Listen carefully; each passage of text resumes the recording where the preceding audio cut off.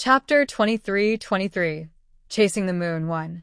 Finally, the United Human Conference set a general plan for traveling to the moon.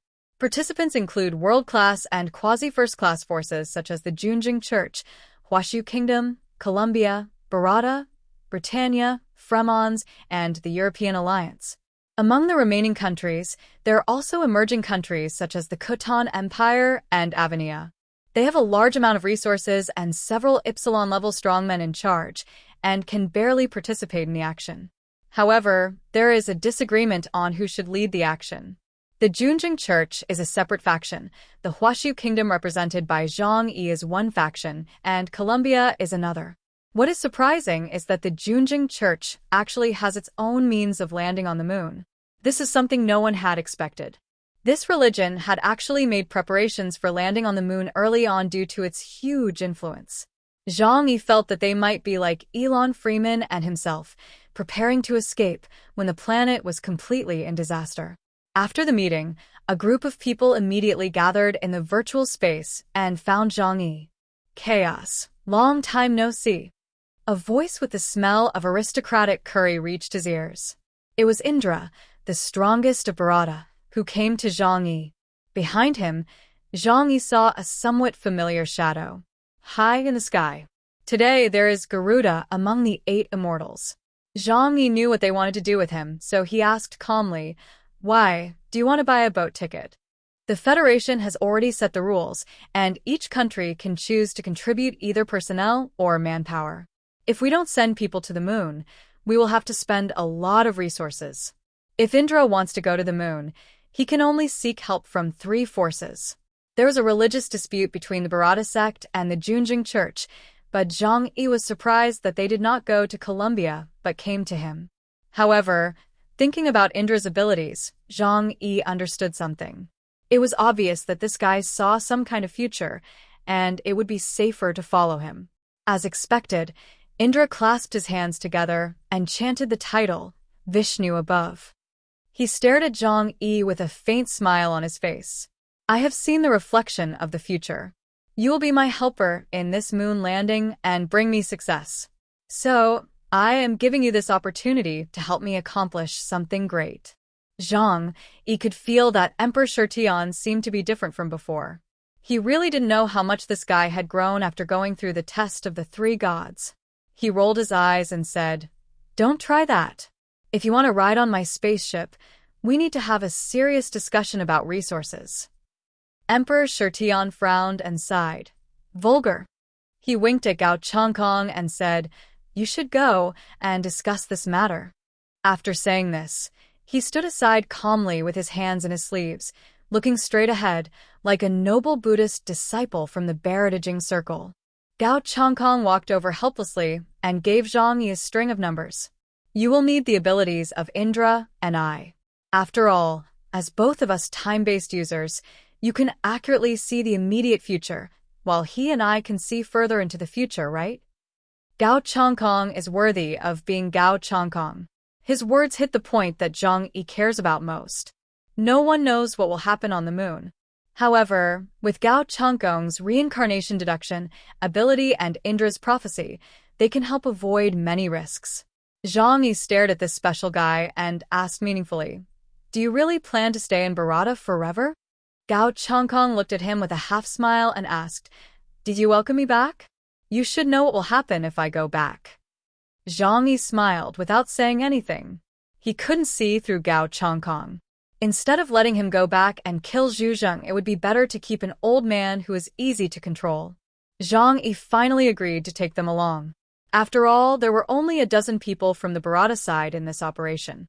Indra, Gao Changkong, and some servants. In addition to them, several old acquaintances also came over one after another. For example, His Majesty Saladin, the Emperor of the Khotan Empire. "Respected Lord Chaos, it's been a while since we last met. You seem even more powerful and mysterious than before. Although it's only on social media, I can sense the difference in you."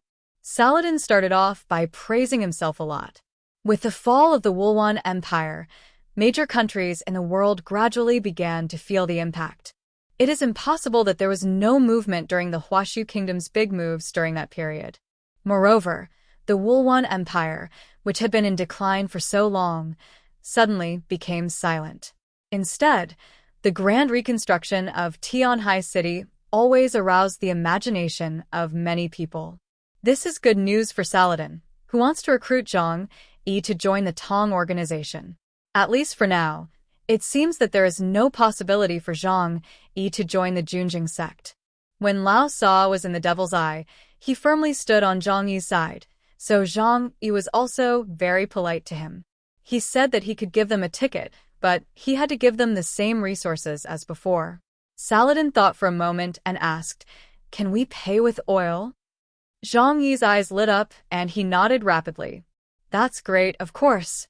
The Khitan Empire, which occupies the best location in the Middle East, has more resources in this area than water. Following closely behind was Fremon's old friend, Alexei, the god of thunder. "Chaos, how are you these days?" This giant bear-like man speaks in a muffled voice. People who don't know him may find him scary, but people who know him well know that he is very honest and reliable. "It's still the same as before, just mix it up." Zhang Yi shrugged. "You guys want to take a boat too?" Alexei nodded. Although Fremon's military industry is well developed, it cannot reach your level in the field of aviation. Although in the war against the Songyuan clan, they were the beneficiaries second only to Zhang Yi. But Fremon's applied all mechanical technology to weapons. Moreover, they do not have a super mechanical genius like Liu Karen. They may be able to build excellent spacecraft in the future, but they certainly cannot do it in the short term.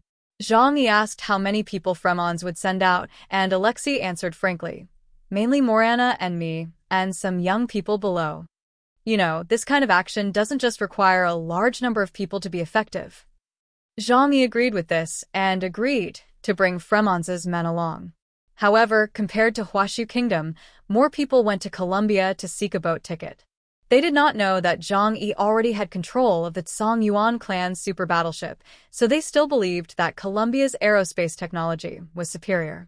Zhang Yi smiled but said nothing, too lazy to say anything more. The Songyuan clan's super battleships have reached the level of being able to carry out interstellar travel, and small satellite travel can even be completed within a day. So their speed will be faster by then. Moreover, the super battleship is a battleship with strong combat capabilities and can be a powerful helper when necessary. Chapter 23-24, Chasing the Moon 2. The time has been planned, and Zhang Yi told the several parties to go back and prepare all the necessary supplies for the moon landing, including but not limited to aviation clothes, food, and energy supplies. Promised to buy tickets. Immediately, Zhang Yi quit the online chat. Back in the real world, everyone was sitting in the living room. Zhang Yi stood up and said to everyone with a smile, "All right, let's get ready." Although, he shrugged, "I don't think you need to prepare anything material." Zhang Yi can carry the entire huge Tianhai fortress with him, so there is really nothing special that he needs to carry. Liu Kuran stood up and said, "Everyone, give me your armor. I'll help you modify it so that it can better adapt to the lunar environment." Zhou Qir also said, "I have new research here, and it will produce results soon. It will definitely help with the moon landing." Fatty Su also stood up. "Although I don't know how I can help, I will do my best." Zhang Yi sighed, walked over and patted Fatty Su on the shoulder. "It's enough if you have this intention. After all, apart from your thoughts, you can't offer anything else. Go have your fun." Fatty Su was in high spirits and took Li Yongyang to play in a double row. What follows is a long wait. Long before the meeting, Zhang Yi had completed all possible investigations and preparations. He couldn't do more until he saw definite signs on the moon. Everyone went downstairs to busy themselves with their own things. Zhang Yi stayed in the living room and turned on the TV out of boredom. This TV was made 5 years ago and was the most advanced TV at that time. Although the level of technology has improved nowadays, Zhang Yi will not waste resources on it. After all, with its performance, it is more than enough to play the DVDs left by Wang Ximing. The entertainment industry has come to a complete standstill. People can only repeatedly play various TV programs from the past 100 years, and even the electronic games played by Fatty Su are limited to local area network connection. Yang Xinxin did not leave, as she had nothing to arrange for the time being.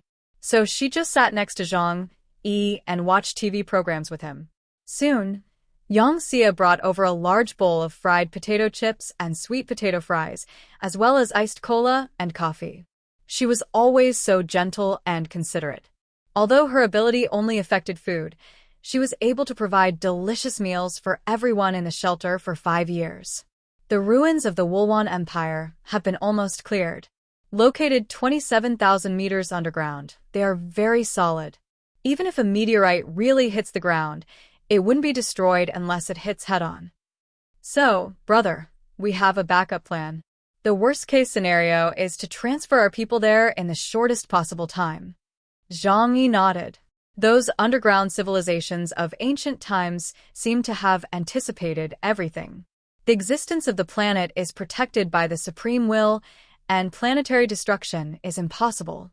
Therefore, ancient civilizations such as the Qinling Dragon Clan would not take the cracks on the moon seriously. But they're different. The vast majority of humans now have to live on the surface. We're almost ready. It's time to set off. Let's go and see for ourselves what the legendary angels of the West, those beings on the moon, are like. Zhang Yi's eyes grew deeper, and a little bit of nervousness and more excitement began to gather in his heart. A few days later, all the forces that wanted to board Zhang Yi's super battleship arrived in Tianhai City. They took the large amount of supplies they needed to buy the boat tickets and handed them over to Zhang Yi. Alexei and his companions came by sea and docked at the port of the former Chaoyu base. Looking at the prosperous Tianhai City, they could hardly believe their eyes. Covering an area of about 100 kilometers, various high-rise buildings are built in rows, and the materials used are all high-grade, mixed metals, and concrete developed by Liu Karen. At this time, industrial construction has almost completely been separated from human labor. Those mechanical life forms of the Wulwan Empire are the best workers. A robot with a round head and various mechanical parts in the lower body. It can spray a large amount of concrete from its butt and quickly pour a building. Due to Liu Karen's personal preference, Xinxianhai City is not only practical, but also extremely gorgeous. In addition, the constant temperature system and meteorological system covering the entire city can simulate day and night for seasons and various climates at any time. Compared to the outside world, this place is simply a paradise. Alexei and Morana are used to living in the extremely cold north and have long developed the ability to withstand low temperatures. But after entering Tianhai City, he couldn't help but look around, and his envy was beyond words. Even the self-proclaimed extraordinary Emperor Tian said to Zhang Yi after arriving here, "Luxury. Too much. With so many resources, wouldn't it be better to use them for something else? You are too narrow-minded and only care about pleasure. Why not follow me and practice assiduously? That way, you can quickly become an extraordinary being like me." Zhang Yi didn't even bother to pay attention to him. He squinted his eyes and said, "If you like to practice hardships so much, why don't you just take off all your clothes and roll around in the snow? If you don't even care about your dignity, I believe this is the best way for you to practice hardship on the three-phase god." Indra sneered. "You're kidding.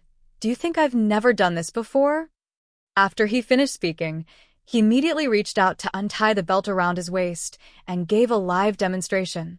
Gao Chongkong reached out silently and controlled his belt. "Your Excellency Indra, these worldly people find it difficult to understand your noble character. It is best not to bother with them." The faces of the women around changed, and they looked at Indra as if he were a pervert. Indra, however, remained the same, with a calm and composed smile on his face, as if he was looking at a group of unenlightened mortals. He shook his head helplessly. The world is still too vulgar. What a pity, what a pity. Naturally, everyone couldn't understand this monk Bharata, but they were glad that he didn't run naked in the street. After everyone arrived, Zhang Yi took them to an open space in the western suburbs of Xinxianhai City. Saladin, Brian, Professor Da Vinci, and others had been waiting here for a long time. But it would be better to say that Brian and Professor Da Vinci have always stayed in Tianhai City and have never left. Zhang Yi also asked them why they didn't follow Benjamin Morgan and others. Professor Da Vinci's answer was quite blunt. I wasn't assigned to this mission, and besides, the mission's level of danger is unknown, and he would have needed to pay me a high fee. He refused, so of course I wouldn't do the work. Chapter 23-25 Chasing the Moon 3 Zhang Yi strongly agrees with the Colombian people's liberalism. Because it is a country of immigrants, many new immigrants do not have much sense of identity with Colombia. What they do is they get paid to do things. At this point, Brian angrily complained to Zhang Yi, "That bastard Morgan is so stingy. I just asked him for 10 billion yuan for the event, and he refused. Isn't my noble title of the world's #1 macho dog worth that price?" Since Colombia had been in contact with the underground civilization for a long time, they had made adequate preparations for the coming of the end of the world. It is also one of the few countries that can still maintain normal social order and monetary normalization to date. Some things seem outrageous to Zhang Yi. For example, even if the people in that place are about to freeze to death or starve to death, they must still have a day off, and children under the age of 14 are not allowed to participate in labor. But on the other hand, this may not be a bad thing. Zhang Yi asked Professor Da Vinci and Brian with a smile. "Then you guys should join me. I won't pay for the activities." Professor Da Vinci curled his lips. "We're acting with you out of our own free will. We're friends, but once we're on the moon, we won't blindly follow your orders." Zhang Yi shrugged. "That's natural. Professor Da Vinci is very smart. His IQ can even compete with Yang Xinxin. When I encounter troublesome problems, I will need his help." Zhang Yi never thought he was very smart, so he was willing to listen to the words of smart people. Hey, have you guys finished talking? I want to ask, where's the spaceship?" Indra said a little impatiently. He looked around and saw only a huge open space in front of him. There was no sign of the spaceship at all. "What are you in such a hurry for?" Zhang Yi yawned, then raised his right hand in front of everyone and pointed it into the air. The next moment, a huge space vortex appeared in the air. The space twisted, the door opened, and then a huge and hideous steel bulge slowly emerged silently from the void. Emperor Shirtian and others just watched calmly. At first, there was confusion in their eyes, because they didn't know what the relationship was between this huge and strange metal bulge and the spacecraft. However, as spaceships appeared in more and more areas, the shock on their faces became more and more intense. The huge warship crushed through the space, causing the wind to whistle and rumble. Soon, the small area exposed was larger than any super aircraft carrier in the world. People standing in its shadow feel like a tiny bacterium. Boom! The super battleship, Dreamer, continued to emerge, and Emperor Shirtian and others looked stunned. When you think you have seen an extremely huge monster, you will soon find that what you thought was huge can actually be even bigger. It took Zhang Yi dozens of seconds just to release the Dreamer. Well, it's not that he can't release it all at once. It's mainly because he really wants to appreciate everyone's expressions at the moment. Even Morana, known as the goddess of winter, had a dazed look on her face. Then, as if she thought of something, she looked suddenly at Zhang Yi. "This warship, is it the technology you obtained from the Tsang Yuan clan?" Zhang Yi smiled faintly and took out the entire Dreamer. It did not fall to the ground, but just hovered quietly in the air. On top of the battleship, round metal heads popped out. There were tens of thousands of mechanical life forms, which were responsible for maintaining the operation of the entire battleship. It is over 2,000 meters long and reaches an astonishing height of over 600 meters. When it is suspended in the air, it can block all the sunlight in a large urban area. How can this be called a spacecraft? This is clearly an aviation city. Zhang Yi stared at it and replied to Morana's question with a smile. "You are right. This is the heritage of the Tsang Yuan clan." Morana's heart was shaken. She quietly clenched her fists, feeling only infinite regret in her heart. It was obvious that the battle took place in Fremons, but in the end Zhang Yi took advantage of such a big loophole. The technology of this super battleship alone surpasses that of all the mechanical legions they have obtained. Saladin and others were stunned, but Zhang Yi and others probably looked like this when they first saw the super battleship. Brian held his dog paws and said with a look of naivete, "These people from small towns are so ignorant. It's just an amphibious warship and they're so scared." Saladin and the others ignored Brian's teasing. He stared at Zhang Yi, the astonishment on his face, not leaving at all. "Lord Chaos, with this warship, you already possess the power to destroy a nation, right?" After hearing these words, Emperor Shirtian and Gao Changkong's expressions became more solemn. As neighbors of Huaxu State, they least want to see Huaxu State become too powerful, because that means they are at risk of being swallowed up.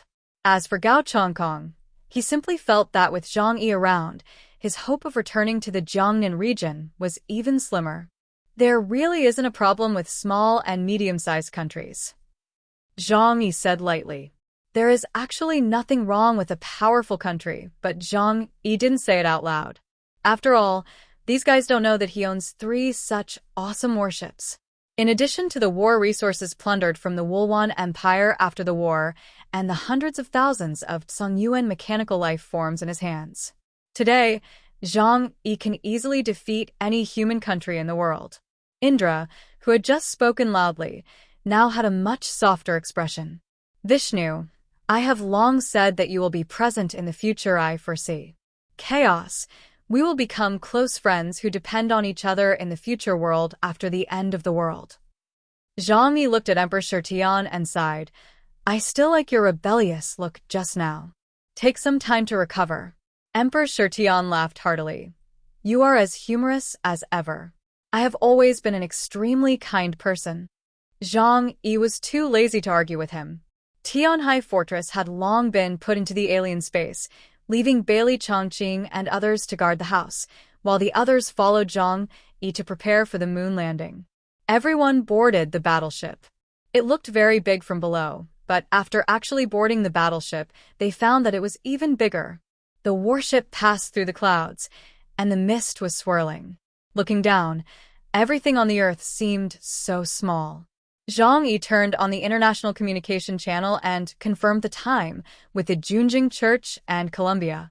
After confirming that everything was correct, he nodded to Lu Karen. "We can set off now."